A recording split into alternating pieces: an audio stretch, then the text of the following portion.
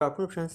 आज हम control circuit के पार्ट 2 पे बात करेंगे। मेन हमारा फोकस एंटी पंपिंग रिले पर रहेगा, पर बिफोर एंटी पंपिंग रिले को जानने से पहले हम एक कंट्रोल सर्किट जो ब्रेकर क्लोजिंग सर्किट होती है उस पर पहले स्टडी कर लेते हैं और उसके बाद हम अच्छे समझ पाएंगे कि एंटी पंपिंग रिले का क्या पर्पस होता है। जैसे कि नाम से ही क्लियर है कि एंटी पंपिंग का मतलब होता है एंटी रोकना, और पंपिंग मतलब कमांड, यहाँ पर एंटी कमांड को रोकना।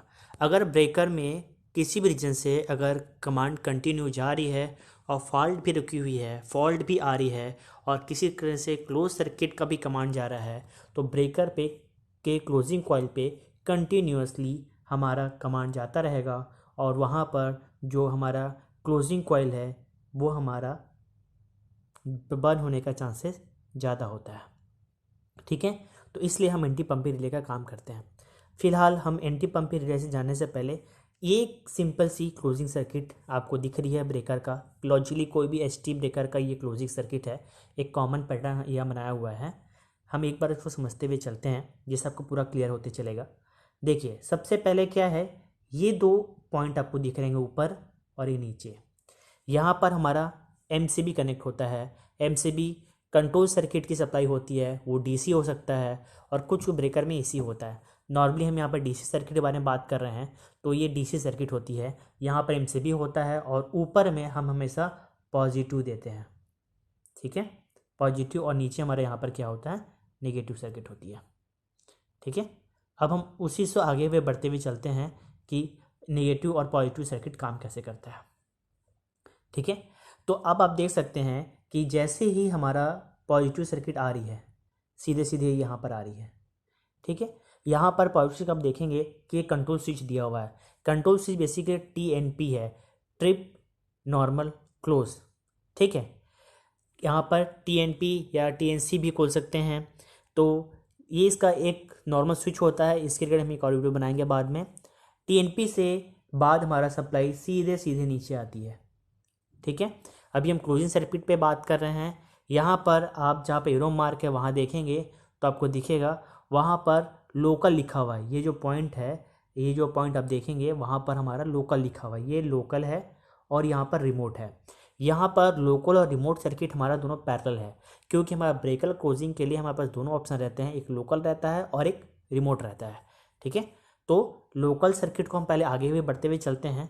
अब जो ये लोकल सर्किट से जैसे हम सीधे सीधे हम जब ऊपर आते हैं तो आप देखेंगे कि ये जो लोकल सर्किट्स में सीधे हम नीचे यहाँ तक आ जाते हैं। ठीक है, जब लोकल सर्किट में क्लोजिंग कॉइल तक हमें पहुँचना रहता है पॉजिटिव को, क्योंकि नेगेटिव तुम्हारा नीचे से क्लोजिंग कॉइल तक ऑलरेडी है, ये जो क्लोजिंग कॉइल वहाँ तक नेगेटिव ऑलरेडी है। पॉजिटिव अगर वहाँ पर पहुँचेगी तो क्लोजिंग कॉइल नथिंग बट वो इलेक्ट्रोमैग्नेटिक कॉइल होती है। जैसे ही उसको सप्लाई मिलती है वो एनर्जाइज होती है और वो अपने लैच को पिक करती है और हमारा जो स्प्रिंग के कारण जो पोटेंशियल एनर्जी रहता है वो स्ट्राइक करता है और वो क्लोज होता है। ठीक है, तो ये इसके लिए क्या है, हमारे पास बहुत सारे इंटरलॉक लेते हैं, क्योंकि ब्रेकर क्लोजिंग का मतलब है सप्लाई वापस सर्किट में आ जाता है और वो बहुत हैवी वोल्टेज हो सकता है। तो उसको क्लोज करने से पहले बहुत सारे हम उस पॉइंट को कंसीडर करते हैं, जिससे कि हमारी क्लोजिंग होने के टाइम कोई भी अनवांटेड कंडीशन या हैपनिंग ना हो। ठीक है, तो जब भी हम डिज़ाइन करते हैं इन बातों का बहुत ध्यान रखते हैं। तो एज ए डिजाइनिंग इंजीनियर मैं आपको उन छोटी छोटी चीज़ों बताऊँगा जो आपको आगे क्लियर होते जाएंगे और ड्राइंग पढ़ने भी आसान रहेगा। ठीक है, तो यहाँ पर जो पहला आपको दिख रहा है, पहला पॉइंट जो आपको दिख रहा है यहाँ पर, ये आपका लो गैस रिले कॉन्टेक्ट है। SF6 सर्किट ब्रेकर अगर हमारे पास है तो SF6 सर्किट ब्रेकर में आप देखेंगे कि वहाँ पर एक कंडीशन होती है अलार्म की और एक कंडीशन होती है ट्रिपिंग की। वो अगर गैस लीकेज है तो नॉर्मली अलग अलग वोल्टेज लेवल के SF6 ब्रेकर के लिए वो दोनों थ्रेशोल्ड पॉइंट अलग अलग रहते हैं। जैसे कि SF6 ब्रेकर 400 kV के लिए उसका जो अलार्म पॉइंट है वो आपका 6.4 मेगा पास्कल है। ठीक है, और ट्रिपिंग 6.1 मेगा पास्कल है। 132 kV के लिए उसका रेंज अलग है, 220 के लिए अलग है। तो वो डिपेंड करता है, वहाँ पर एक कॉन्टेक्ट हम यहाँ लेते हैं कि हमारे पास जो गैस लेवल है वो हेल्दी कंडीशन पे है, वहाँ पर कोई भी गैस का डिस्चार्ज अनवांटेड डिस्चार्ज नहीं हुआ है। तो जैसे ही मैंने आपको लास्ट वीडियो में बताया है, एनो और एनसी कंडीशन होती है। एनो का मतलब है ब्रेकर जब नॉर्मल कंडीशन में है, ब्रेकर जब एक्चुअल में ओपन कंडीशन में है, तो उसका जो ऑक्सिलरी कॉन्टैक्ट है वो भी अगर ओपन है तो वो नॉर्मली ओपन होगा। और ब्रेकर अगर ओपन कंडीशन में है या ऑफ कंडीशन में है तो उसका ऑक्सिलरी कॉन्टैक्ट अगर एनसी बना रहा है, नॉर्मली क्लोज बना रहा है, तो वो एनसी कंडीशन में है। ठीक है, तो यहाँ पर हम जो कॉन्टैक्ट ले रहे हैं वो हमारा ले रहे हैं एनसी, मतलब कि ब्रेकर क्लोज करने से पहले उसका जो ऑक्सिलरी कॉन्टैक्ट है वो नॉर्मली क्लोज है, तभी सर्किट हमारा आगे जाकर ट्रेवल करेगी। अब हमारा जो सर्किट है आप देख सकते हैं सीधे यहाँ से आगे आया, लो लेवल रेस नहीं है, वो आगे जाएगा एंटी पंपिंग तक पहुँच गया। ठीक है, अब यहाँ पर एंटी पंपिंग तक पहुँच गया, तो यहाँ पर एंटी पंपिंग का देखेंगे तो नॉर्मली एनसी कॉन्टैक्ट लिया हुआ है। ठीक है, एंटी पंपिंग को जस्ट मैं इसी वीडियो में आगे समझाऊंगा, पहले हम सर्किट क्लोज कर लेते हैं फिर हम उस पर आगे पहुँचेंगे। एंटी पंपिंग के बाद हमारा ब्रेकर का आप देखेंगे, ब्रेकर का भी ऑक्स कॉन्टैक्ट लिया हुआ है कि ब्रेकर एक्चुअल में ओपन है और उसी का एनसी कॉन्टैक्ट लिया हुआ है। ठीक है, मतलब ब्रेकर अगर सच में ऑफ कंडीशन में है या क्लोज नहीं हुआ है, उस कंडीशन पे उसका जो कॉन्टैक्ट है वो कॉन्टैक्ट क्या है, एनसी है, तभी वोल्टेज यहाँ से जाके पास होके जाएगा, करंट पास होते हुए जाएगा। ठीक है, उसके बाद आपका हम जब यहाँ से पॉइंट जब हम आगे जाएंगे तो आप देखेंगे यहाँ पर इस कंडीशन में यहाँ पर एक एमएस है, मतलब ये आपका स्प्रिंग है। मैकेनिकली जो स्प्रिंग है वो भी आपका चार्ज होना चाहिए, क्योंकि अगर स्प्रिंग की चार्ज है तो वो पोटेंशियल गेन नहीं कर पाएगा, जिससे स्ट्राइक होकर आपका प्लंजर को हिट करेगा और ब्रेकर क्लोज होगी। यहाँ पर जैसे ही हम आगे बढ़ते हैं तो यहाँ पर आपका क्लोजिंग कॉइल होती है जो पॉजिटिव मिलती है और यहाँ से उसको नेगेटिव पॉइंट मिलता है जो यहाँ से वो क्लोज कर देता है। ठीक है, तो आई थिंक ये जो सिंपल सर्किट है जो आपको लोकल कमांड के लिए है अभी तक क्लियर हो गया होगा। मुझे नहीं लगता है कि कहीं पर कोई दिक्कत आई है, लेकिन अगर हम इसी चीज़ को रिमोटली ऑपरेट करना चाहें तब कैसे कर सकते हैं। ठीक है, जो लोकल कमांड है वो तो ऐसे ही एजिट आएगा।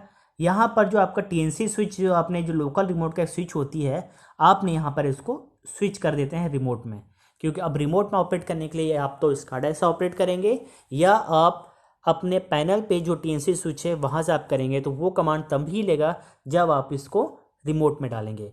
तो जैसे ही आप रिमोट सेलेक्ट करते हैं, आपकी जो पैरेलल दूसरी लाइन है वो आपकी सीरीज ये आपकी यहाँ तक सर्किट में आ जाती है।